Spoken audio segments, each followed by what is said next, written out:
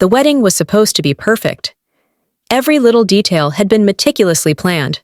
The venue was breathtaking, decorated with soft golden lights and elegant floral arrangements. The scent of fresh roses lingered in the air, and laughter echoed through the hall as guests clinked their glasses and celebrated. The energy was electric, full of love and joy.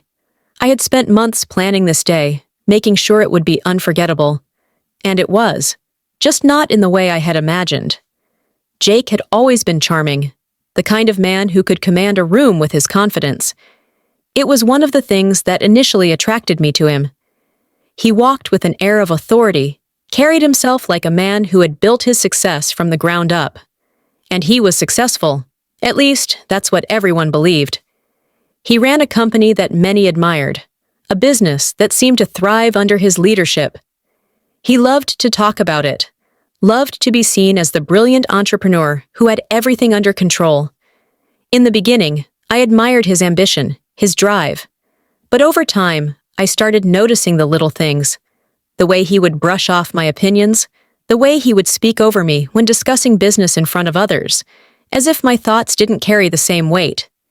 He would make casual remarks that seemed harmless at first, but over time, they chipped away at something inside me. Whenever I tried to discuss investments or business strategies, he would chuckle and call it cute that I was so interested. I told myself it didn't matter, that he loved me in his own way. I ignored the red flags, convinced myself that once we were married, he would see me as his equal. The reception was in full swing, glasses clinking, music playing softly in the background. The food had been served, and everyone was in high spirits.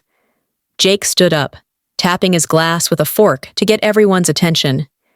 He had a way of commanding a room effortlessly, and all eyes turned to him as he flashed his signature confident smile. "I just want to take a moment to talk about my beautiful wife," he said, wrapping an arm around my shoulder. "She's smart, she's kind, and she has a heart of gold. And," he paused for dramatic effect, "when I first met her, I thought, wow, she's stunning, but she probably doesn't know the first thing about business." Laughter rippled through the guests. My smile froze.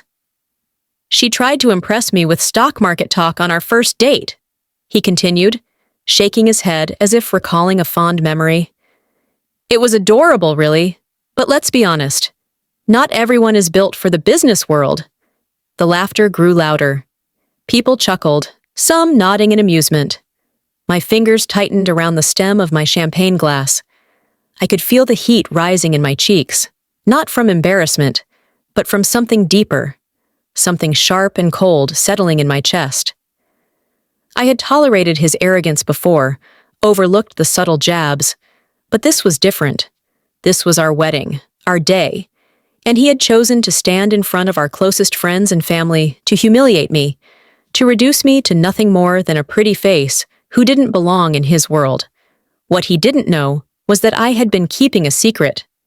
Jake's company, the one he so proudly built, the one he boasted about to everyone, had been on the verge of collapse months ago.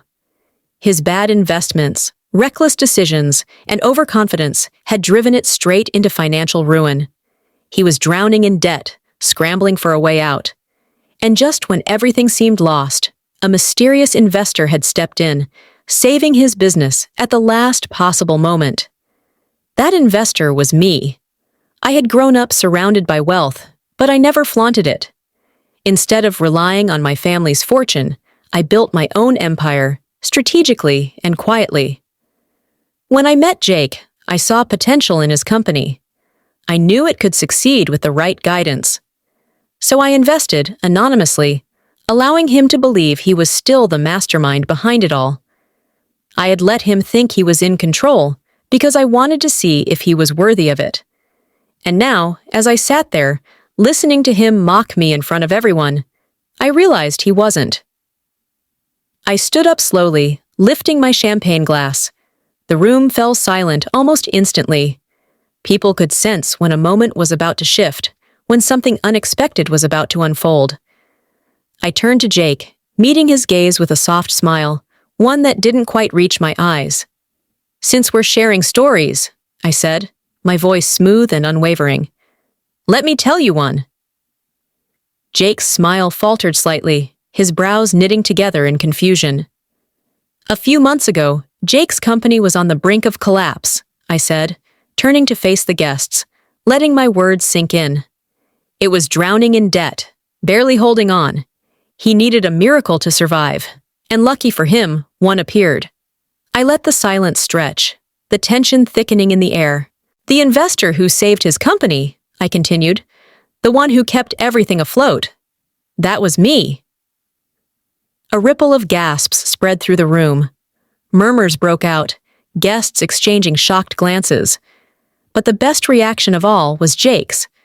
His face had gone pale, his mouth opening slightly, as if trying to form words but failing. You see, darling, I said, my voice laced with something dangerously sweet, while you were busy underestimating me, I was making sure you still had a business to run.